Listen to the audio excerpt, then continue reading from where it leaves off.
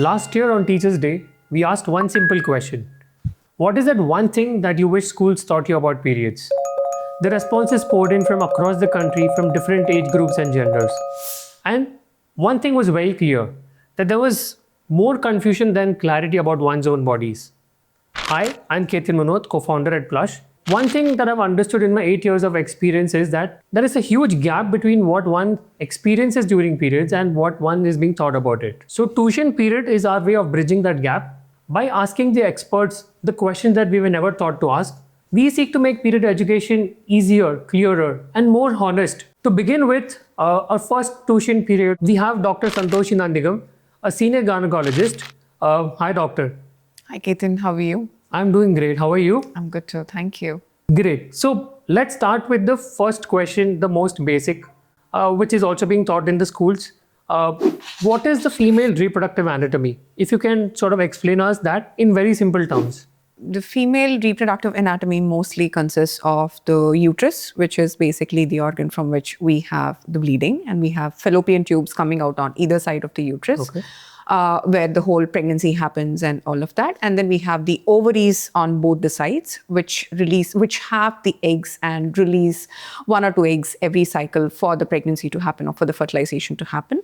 And the bottom of the uterus is called as the cervix. The mouth of the uterus, to be very specific, is called as the cervix.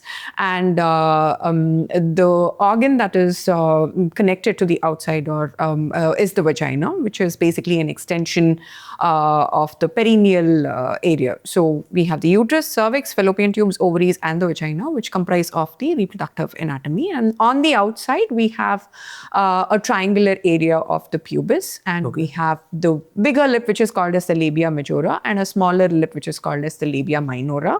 And then we have the organ of the clitoris, which is basically a sexual pleasure organ. And we have something called as a perineal body just below the opening of the introitus or the vagina, where the different muscles which form the pelvic, the pelvis, the female pelvis, combine together, and that part is called as a perineal body. And below that is the anus or the motion passage. So overall, the female reproductive anatomy consists of the internal sexual organs as well as the external. Got it. Now that we know a little bit about the reproductive anatomy, could you explain us how do periods occur? Like, how does it happen? How does it start? Every girl goes through this phase of menarche, which is basically the onset of the periods. Right before the periods, there's something called as pubarche, and also, which is basically the development of the hair on the pubic area, and also the development of the breast. At the time of menarche, which is the onset of periods, the GnRH, which is gonadotrophin releasing hormone, is secreted in a pulsatile manner, and that triggers the ovaries, which get activated to release estrogen and progesterone, and then we have the onset of periods, which is called as the menarche. So your period phase or the period cycle is subdivided into a couple of more phases. The number of days you bleed is called as the menstrual period, that is the periods. And from the day 1 of your periods till about the mid-cycle, somewhere around 14th or the 15th day, it's called as a follicular phase. Now, in the follicular phase, each of the ovaries recruits around 6 or 7 follicles. And of the 6 or 7 follicles, one follicle, which is called as the dominant follicle, gets the most preference. So it's like your body is trying to prepare for the growth of that particular follicle to release the egg. Now, that dominant follicle takes about a couple of days' time, 10 to 12 days' time to reach a particular size. And once it is mature enough, there is a hormonal milieu that happens in your body and it gets released. Now, the released egg goes through the fallopian tube and waits for the sperm. So this is a process that repeats all through a woman's life. And if there's no sperm, what happens is that the corpus luteum, the remnant of the dominant follicle, will start releasing progesterone, and the life of it is only for 14 days. So once the ovulation happens, which is basically around your 14th or 15th day, if you are having regular cycles, the egg waits for the sperm to come, and if at all the sperm is not coming, it gets degenerated. The progesterone levels come down over a span of 14 days. The corpus luteum dies away. And once your body withdraws the progesterone, or there is lower levels of progesterone, you're going to have your period bleeding and the cycle repeats. So you have the period, which is the menstrual period, then the follicular phase, the phase of ovulation, and the secretory phase. And if you're not pregnant or if the sperm is not coming, you have a period all over again. Okay. This is the whole cycle of menstruation or the periods in women. How does blood come then? So basically, is the egg breaking? So when I said the follicular phase and secretory phase, there are two cycles that are happening. One is the cycle of the ovary, which is basically the ovarian cycle. The other cycle is the cycle of the uterus. You have a lining in the uterus, which is called as the endometrium. So whenever a pregnancy happens, the pregnancy has to build in the endometrium. So your endometrium is always trying to prepare itself for a pregnancy. So it goes through a process of building up in the follicular and secretory phases. Now, when the pregnancy is not happening, automatically, once the progesterone levels come down, the endometrium sheds. So the shedding of the endometrium is what is called as a menstrual bleed. So it's basically the blood that is coming out from the endometrial vessels, the blood vessels that are forming the endometrium. It's that blood. Usually, on an average, what is probably the right number of days that this cycle should repeat itself? You can have a normal menstrual cycle anywhere between 24 days or 35 days. So if you have less than 24 days, it's called as a short cycles. And if you have more than 35 days, it becomes, I wouldn't really call as long cycles. It may be considered as irregular cycles. Like, what is most important is the cycle to cycle variability. Like you cannot have a cycle to cycle variability of more than 8 or 9 days. So if you're having period every 25 days, that is normal. If you're having period every 35 days, that could also be normal. But if you're having a period 22nd day on 1 month and 38th day on the other month, so you understand the difference of variability, right? So that can be abnormal. And how much bleeding is normal? Theoretically saying, a woman loses anywhere between 60 to 80 ml of blood. Theoretically. So what is all, what is written in the books and what is considered to be heavy menstrual bleeding is more than 80 ml. But what we always advise patients is that if you feel the bleeding is heavy, you have a subjective feeling. I feel that I'm drained out of my cycles. I feel that I feel the need to wake up in the middle of the night to change a pad. I feel the need to change a pad every 2-3 hours. So in that condition, we don't generally go back and check how much are you bleeding. Can you please quantify and tell? So if a woman feels that she's bleeding heavy, we always try to rule out heavy menstrual bleeding, and we always try to consider that she could possibly be having heavy bleeding, and we always go into the evaluation. So you should never pass any clots which are more than the size of a 1 rupee coin. The period panty or the menstrual cup, you should not be changing it multiple times in a day. It's not necessary. If you are doing that, it means you have heavy menstrual bleeding. So anywhere between 3 to 4 pads in a day, and overall about 4 days of flow. And maybe on the 5th and 6th day, a little bit of spotting here and there, or the first day can be a little spotting and continued by a 3 or 4 day flow. That is a normal flow. Is it a common thing that you start with a spotting and then the first 2 days are heavy flow, or does it change according to every different woman? Maybe you can have a period which starts with a bit of spotting, but immediately it has to turn into a period. So if someone has a premenstrual spotting lasting for more than a day, like they're starting with 2 to 3 days of spotting followed by a period, that is abnormal. So that can indicate that there is a bit of progesterone deficiency in the body, and that's why the endometrium is shedding kind of irregularly. So the same thing holds good for a post-menstrual spotting as well. If your period is stopping, you can have a spotting for a maximum of a day. Beyond that, you cannot have, because post-menstrual spotting indicates that there could be endometrial polyp, because which is not able to shed in that particular period, and it is trying to manifest as spotting. So probably give it a day before and after your periods for the spotting. If it's beyond that, you may have to consult with a gynecologist. Got it. In one of our visits to the schools, there was a fellow teacher who was telling us that nowadays girls are, getting their periods very early. Oh, very early. Why is it happening? We have a lot of access to the kind of junk food, or the environment is very polluted, or the incidence of comorbidities like diabetes, sugar, thyroid, hormonal imbalances in our generation is very, very, very, very high.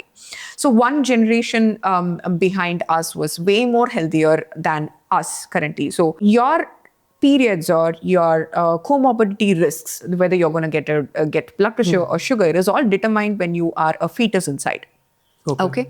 So, when you grow up to be a child, the way you have been grown up with your diet, your physical activity levels, which is very, very lacking in the current generation. So, it all adds up to the fact that the hormonal imbalances are coming way earlier.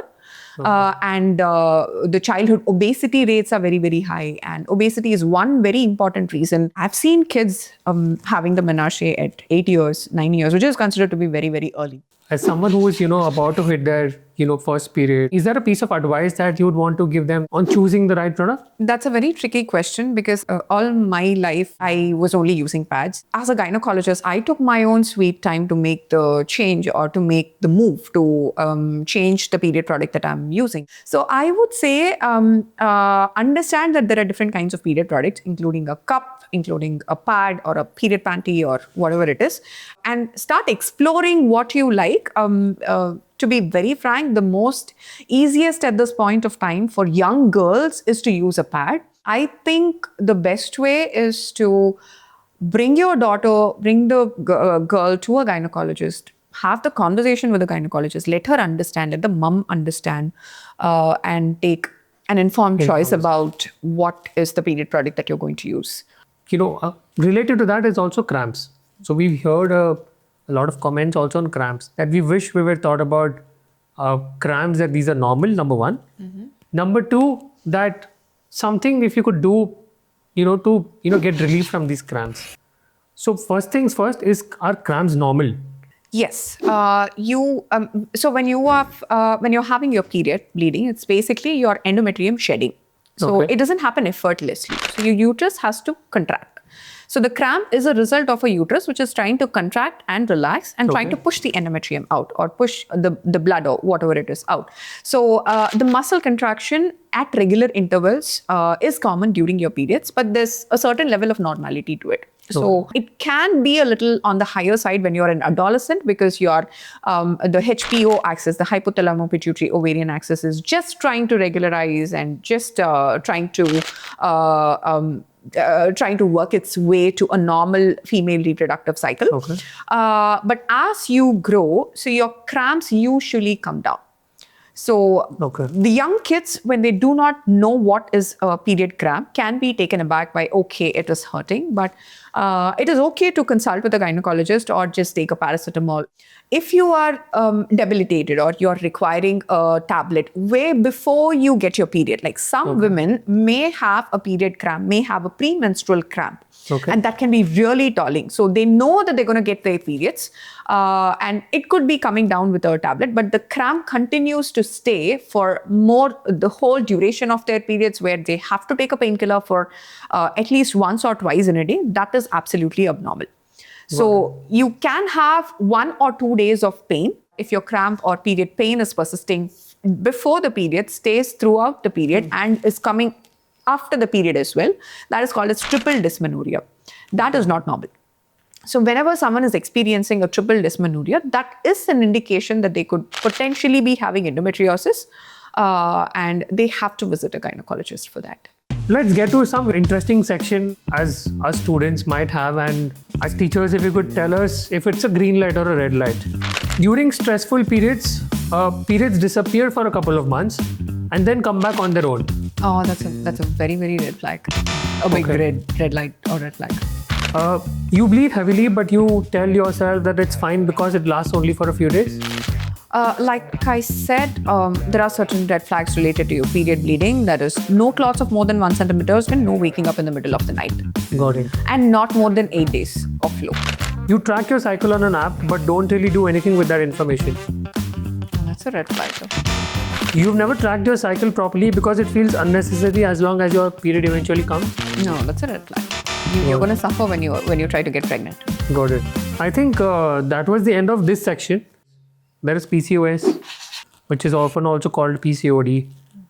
Then there's endometriosis. Then there are thyroids. So if you have to, in a nutshell, summarize these few things, what are these things? So there is nothing called as PCOD. PCOD is an old nomenclature. So it's basically polycystic ovarian syndrome. It was initially called as polycystic ovarian disease, but now we have concluded that, I mean, the OG bodies have concluded that it is not a disease. It is a hormonal imbalance.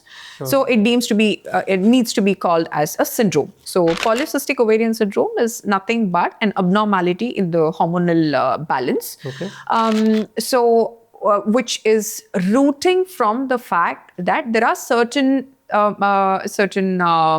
scenarios where it can be because of your diet or lifestyle or your childhood obesity or stress or a couple of other conditions. You have something called as insulin resistance that is coming to be the root cause of polycystic ovarian syndrome.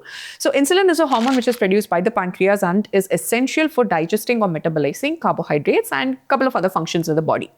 So in polycystic ovarian syndrome, the insulin stops to function normally. So let's say we have a quantity, an X amount of insulin in the body. Most of it is not working properly. The quality of the insulin is not good enough for it to metabolize your sugars or the carbohydrates, the food that you eat. So your brain assumes that, okay, maybe the quantity of insulin is low, so let's just produce more insulin. So it'll work better. So you have a hyperinsulinemia in your body. You have more amount of insulin in the body.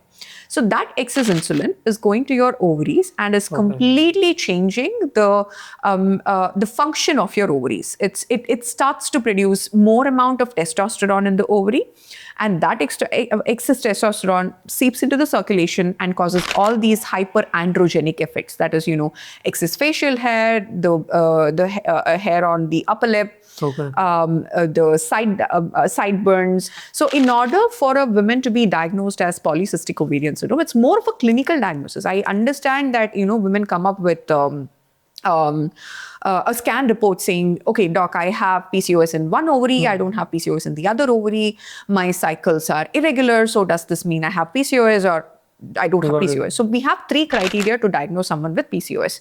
The scan that has multiple cysts in both the ovaries, which are arranged peripherally, that is one criteria. The second criteria is anovulation. When someone has irregular cycles, the ovulation is not happening. So that is another criteria.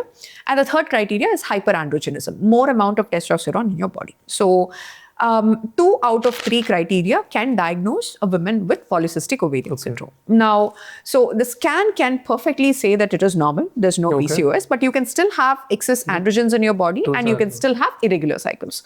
So scan is not just the primary way we diagnose a PCOS. So PCOS is a hormonal imbalance which comes because of a couple of metabolic changes in your body. And you always have to identify what could have potentially triggered this, and working on your physical activity levels and drastically improving your diet can reduce your hormonal imbalance or can kind of control your hormonal imbalance. Is it so you are saying it's curable by maintaining or, getting a better lifestyle? I actually wanted you to ask me that. So there's nothing like a cure. So there's so many programs which come up with very fancy posters saying, cure your PCOS or reverse your PCOS. So you can only reverse a condition to a certain extent. See, if you happen to develop that polycystic ovarian morphology on a scan, when we are doing a scan and we see that there are multiple cysts, so that is kind of a permanent change. We can't really reverse that morphology. So, but we can work on controlling the excess androgens that are there in the body. We can work on controlling the anovulation or irregular cycles. So, yes, it's not a cure that we are trying to find, but it's a balance that we are trying to find. So we have a lot of estrogen progesterone imbalance in PCOS. So your body is completely dominated by estrogen. When you have PCOS, it is dominated by estrogen. That's why people don't really have a progesterone withdrawal or a regular period. So all the workout that you do or the diet that you change or modify is all aiming at controlling the hormonal imbalance. So can you cure PCOS? Honestly, no, we cannot cure it completely, but we can manage the symptoms. It's a lifestyle management. So you have to follow a certain lifestyle for you to not face the blunt of all the things that polycystic ovarian syndrome does. Which means eating healthy and exercising regularly. Is there any other thing? Muscle train. more building. than the cardio, it's the muscle train that is extremely essential, because only when you muscle train, your muscle is the only organ in the body which kind of effectively clears the excess insulin. The earlier you get into this physical activity routine, the easier it gets. And we have to give equal and if not more importance to health. And there's one advice that I would always give parents is, whether they are studying or not, just make sure they're healthy by getting them into some sort of a sport. Physical activity. Some sort of a physical activity. Right. Because to start some physical activity when you're 25 is very difficult. It gets very easy when you are a physically active child to continue that. Got it. And what is endometriosis? Like the other term that we got a lot of comments on LinkedIn. So endometriosis is basically deposition of the endometrial lining, the lining which is present inside the uterus, at different parts in your pelvis. Like it can be a few spots on the bladder, or it can be in the peritoneum. There are different organs in your pelvis, right? You have the bladder, you have motion passage, you have the uterus, and then there's a covering of all of this. So when the endometrium kind of gets deposited in all these organs externally outside of the uterus, it can also be there in ovaries as endometriotic cysts. So that condition is called as endometriosis. So what happens with endometriosis that everybody is scared of, or why is it such a big thing, is the fact that whenever you have your periods, the endometrial tissue, whether it's inside the uterus or outside the uterus, it is active. So you are going to have the endometriotic spots that are present outside of the uterus also active. So blood outside of your blood vessels is an irritant. It leads to inflammatory reaction. Whenever there is inflammation, there is pain. So people with endometriosis have way more pain than people without endometriosis. So does this mean that anyone with severe pain can have endometriosis? Not really. But do we have to rule out endometriosis in people with very severe pain? Yes. Do they also have irregular cycles, or their cycles could be regular also? They can have irregular cycles, but they can have absolutely normal cycles. Like how PCOS doesn't have a cure, does endometriosis have a cure? We cannot really cure endometriosis at all. So there is different grading of endometriosis from grade 1 to grade 4. When it's deeply involved in the motion passage or the bladder, it comes under grade 4. And when it's very small ovarian cyst or endometrioma, it's grade 1 and grade 2. So we don't generally opt for surgery as first line of management unless and until we see a ovarian cyst which is more than 3 or 4 centimeters, endometriotic cyst which is more than 3 or 4 centimeters, in which case we definitely opt for surgery. But again, we cannot prevent the recurrence, because as long as you're going to have estrogen and progesterone in your body, you are going to have that risk of developing endometriosis. So as young adults, the thing that we should definitely be doing is eating the right food and making sure that we get into some kind of physical activity, be it badminton or even any physical activity, any sport. It has to have some muscle sort of movement or lifting along with it. How does stress impact hormones and, periods? So stress is like a silent killer. It impacts, or it causes so many changes in your body, right from the way your body metabolizes food, to the way your reproductive hormonal milieu is altered, the way your melatonin is secreted, the sleep hormone is secreted, to the way your prolactin and anti-reproductive hormone that is secreted, or the way your estrogen and progesterone kind of function. So stress is like the root unaddressed cause for PCOS. So it is really important that if you identify a stressor, you need to address that stressor, because invariably you're going to have certain consequences related to that. Because I also see a lot of women in the night shifts doing everything they can to get their cycles regular. But this is the open truth, that night shifts will mess up with your hormones. For sure. So that's causing a lot of stress. And stress in day-to-day activities can also cause irregular cycles or weight gain or thyroid issues or increased prolactin in your body. And you'll have to find good ways of lowering it before you try to medically address your PCOS. Great. I mean, a lot of boys also commented on the LinkedIn post. Is there a piece of advice that, one or two things that boys or men can do to help our partners? Yes. So the period awareness in school has to be equal to both girls and boys. So they have a basic understanding of what are periods, what is it that a woman's body goes through. So the education has to be the same. And the basics for anyone, if you're a boy or if you're a man and you want to help your partner or you want to help your mother, always identify the number of days that they are bleeding for, or the way they look. Are they like super tired, or they're exhausted? Are they able to go through the day without much help or support? Or are they trying to take off from work and hasn't been consistently the same for the couple of months? Or so you can always watch out for the signs or the way your mom or your partner is reacting or responding during the periods, and act accordingly. So great. Thank you, Dr. Santoshi, for teaching me and the fellow sort of viewers the basics of periods, how it occurs, what are the early signs of PCOS, PCOD, and what can menstruators do to sort of correct early on. So I think this is what tuition period is all about.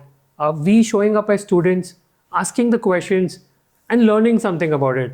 And as homework, as doctor has mentioned, let's try and eat slightly healthy food. Let's get into muscle training early on, and most importantly, try and drive consistency. We will be back with another lesson, another expert, another teacher. And if you have any questions, any queries that you would want to ask Dr. Santoshi, please drop in your comments or please slide in our DMs, and we would take it toward the doctor and sort of try and address that. Thank you, Dr. Santoshi, for teaching us all of this. Thank you so much for having me. Back in school or in college days, they judge your character if you're going to talk about periods. There's this thing that I'm craving for, chocolate. Maybe I'm PMSing. Do you think that is real? You have an accident and you have it just leaking some blood. Correct. Then I think people assume that you're not disciplined enough. By calling it a syndrome might create some more anxiety and fear. Some partners see that as an obstacle to having intercourse.